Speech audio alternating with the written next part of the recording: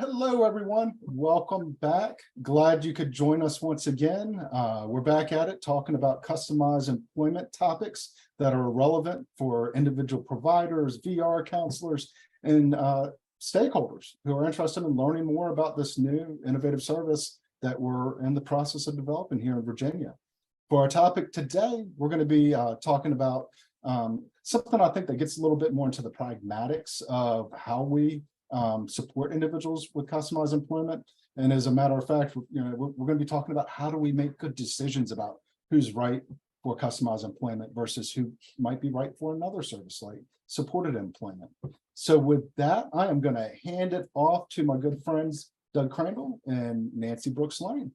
So in light of the content we're covering today, we strongly recommend that you refer back to the following brief trainings that you'll find in the library.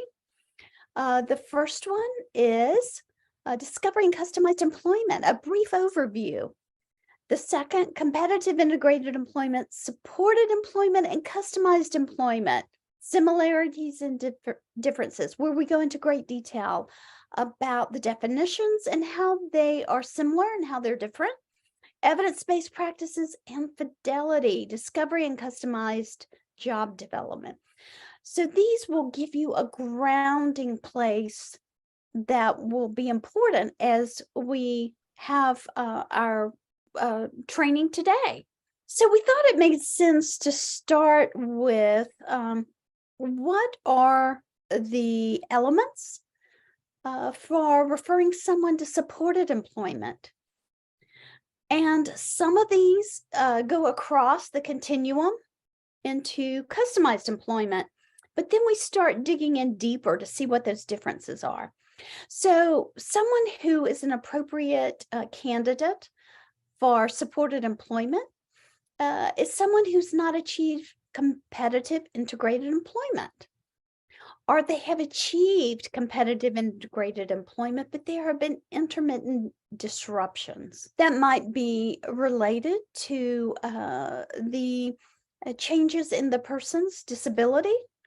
It might be due to the significant impact of disability that we may not have been aware of as something that we want to accommodate. Also, that the person needs intensive services and extended supports. So you'll see that that's also true with individuals who benefit from customized employment. A good referral for someone who could benefit from supported employment would be someone who may be able to identify the businesses and the types of work that match well who they are, their skills and interests, and that the person can benefit from more standard job development practices, such as applying for open positions, that they can do all the tasks related to a job description, and that they can also tap into the local labor market needs. So someone who may benefit from customized employment and achieve more effective employment outcomes than supported employment would be someone who has had experiences in segregated facility-based programs such as sheltered workshops, or they have worked for sub-minimum wage, or been in day programs, clubhouses, and day treatment centers. Also, someone who really does not have a clear idea of what they want to do for a job. That this is something new in terms of being able to conceive of what that means and what are those options. Also, someone transitioning from school that's had limited opportunities to explore interest in work. Additionally, someone who has more complexities, such as significant impact on social skills, functional life skills, communication, reading, and writing. Someone who does not benefit from the more standard job development practices, such as applying for existing positions and also tapping into the labor market needs. Someone who may not be able to complete all tasks that are tied to a job description, but certainly can contribute to those tasks that could be pulled out. And a job could be negotiated from those tasks that need to be done. And someone who has not benefited from supported employment, that there is a trend and that the person would not be qualified, a qualified applicant as they begin to compete with others who may be applying for those similar positions. I think what's so intriguing about the slide Nancy just went over is that most of those things, communication, being in a day program, can't do all tasks, those are things in the past that our systems would say, therefore the person's unemployable. In using these powerful tools of discovery and customized employment, those things actually become the elements that make someone eligible for customized employment. So just to reiterate that again, supported employment is really designed for folks who can identify the businesses and the type of work, have a very specific idea of where to match their skills and interests. That supported employment can also help with folks who kind of need some supports, but not everything. They don't need negotiation or customization or a lot of accommodations, but that who benefit from very standard job development practices. That doesn't make them bad. It just means we need to know when we're doing what services and which tools we are using to do that. Customized employment, as Nancy said, is designed for folks who maybe aren't able to perform all the essential job functions, need to create a position around customization and accommodation.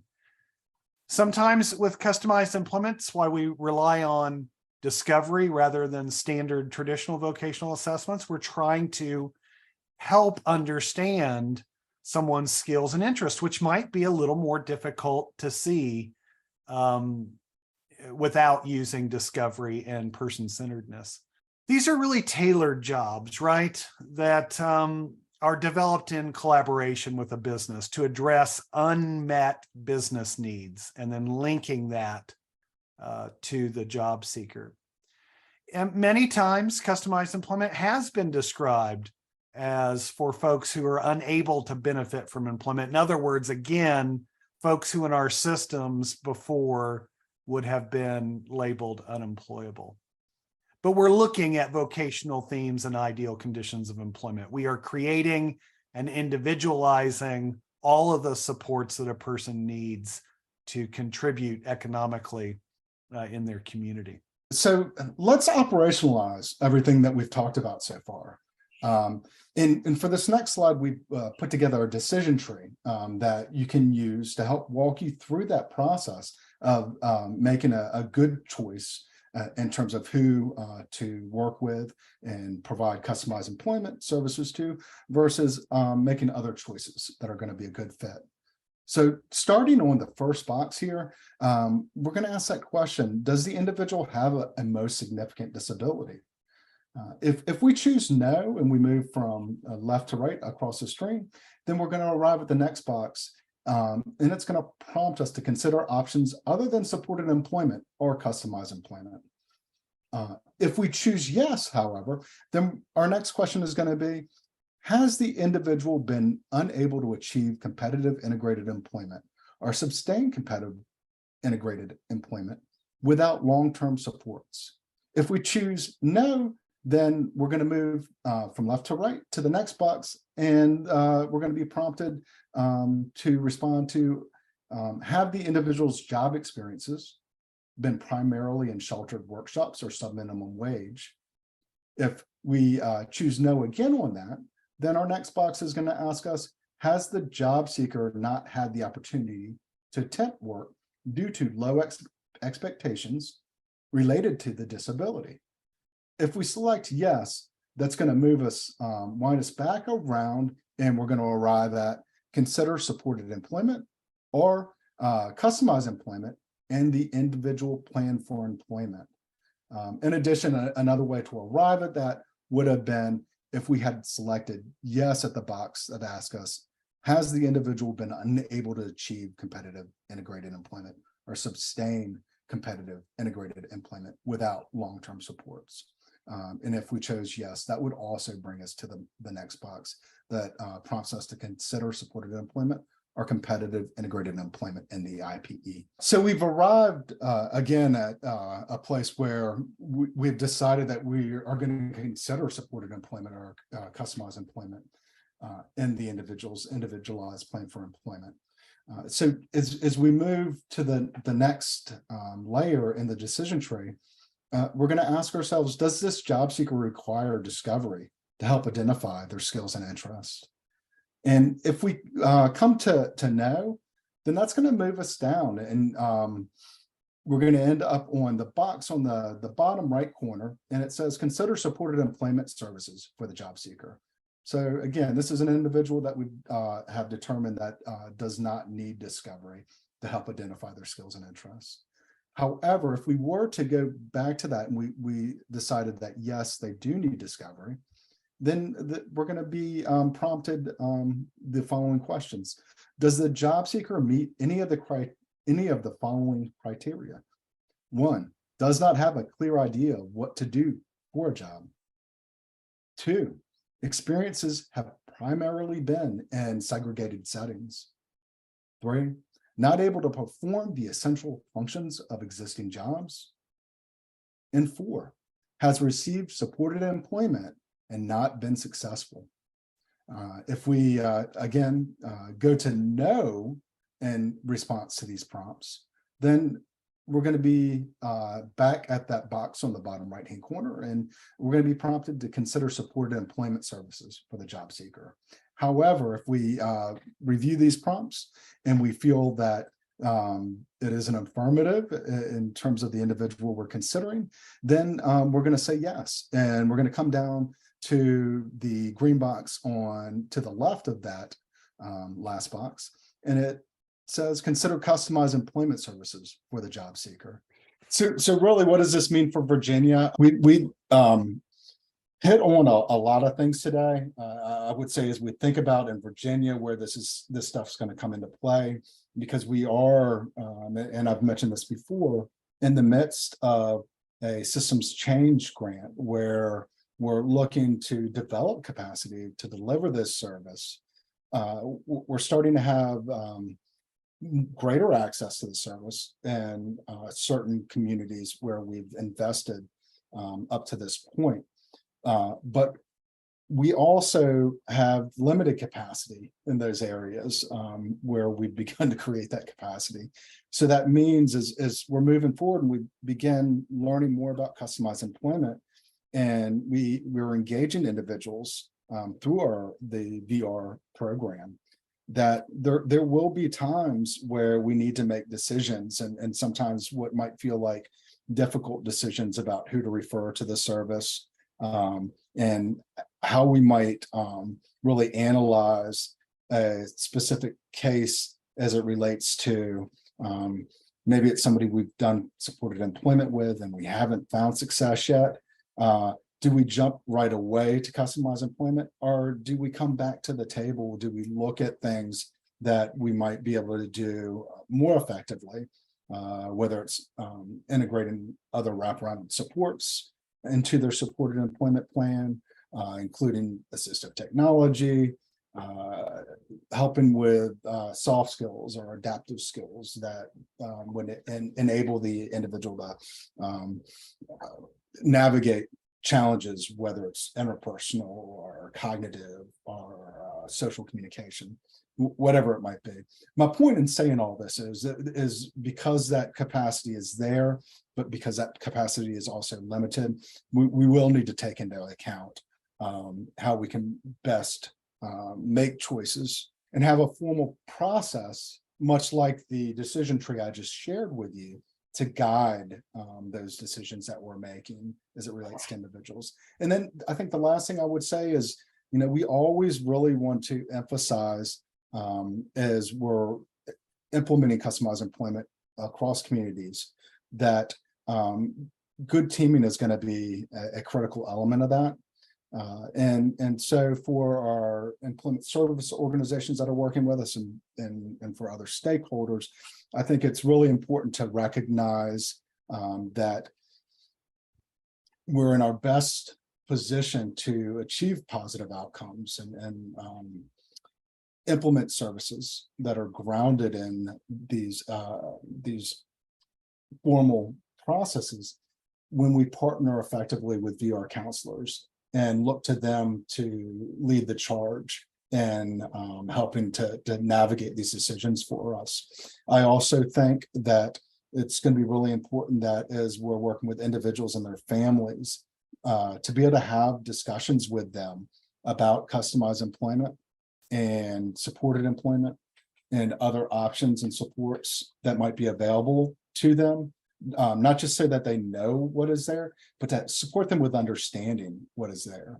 And so we might have situations where we have a case that we walk through this decision model and we could argue both sides. We could argue that, hey, customized employment is going to be a really good fit for this individual. We could see where this individual might require customized employment, but we could also add some weight to the possibility that if we step back to the table and we looked at ways to bring in these wraparound supports or implement other strategies to enhance participation and achievement, that supported employment might be a good fit. But the other underlying factor might be that, hey, because capacity is limited, if we go the customized employment route, this individual might need to wait for 3 months before a provider has freed up spots on their caseload and are able to work with them. And I think sometimes having those discussions with individuals and their support teams and letting them be a part of that decision as to whether or not they feel best and most positive about customized employment and they're willing to wait, or if they feel like taking another shot at doing supported employment is going to be an option that can bear some fruit for them. What I would add is it's the point of view that I think is critical. So if someone is in supported employment and the outcome did not occur, or there was a trend where the person was hired but lost the job, let's look at, before we jump to the individual being identified as being someone needing more intensive support through customized employment, could it be that maybe we, and I certainly have done this, did maybe we not do as good a job of helping match that person to a job that fits who they are, so that it's not the methodology, it's just that we miss some aspects of who the person is tied to employment outcomes that could easily be tweaked in terms of considering this factor, so that if someone has a trend of having jobs that they achieve through supported employment, it doesn't automatically mean that if those jobs were lost that they go into customized employment. There's got to be some logical analysis to look at, okay, what was the reason that didn't work? If there's a trend with someone in supported employment and the reason that maybe jobs ended up with the individual being let go or ending employment, that are due to complexities that we need to dig into deeper, or we're continuing to put them in a situation where they may not succeed, which is so dysfunctional, then customized employment would be possibly the best option to help them be successful, because we can accommodate for those aspects of who they are. So that's why this can be so difficult, because there are not just clear-cut answers. There are areas that have to be considered and nuance part of that process, so that the decision being considered is grounded in the root cause of why Yeah. something didn't work, and not and automatically not, well, that didn't work, so let's shift them to Okay. customized employment, with being thoughtful about, well, what's the reason? Yeah, so like big point, right, is, hey, if we are certain or have enough information to make what we all feel is a well-informed choice, that customized employment is needed, and it's going to be critical as it relates to helping that individual achieve a positive employment outcome, then we want to make sure that if the service is available, we're connecting the individual to that. But on the other hand, right, this is where we're balancing. We also want to make sure that we're not jumping on in any and every situation where we might be struggling a little bit with another service, or where somebody might have some initial complexity or challenges up front, and saying, hey, I got a hammer, everything's a nail, so let's go into customized employment. Right? Right. Well, thank you again for taking time to be with us as we are sharing knowledge, or as we often talk about, transferring knowledge to do the best we can do to help individuals achieve successful employment outcomes.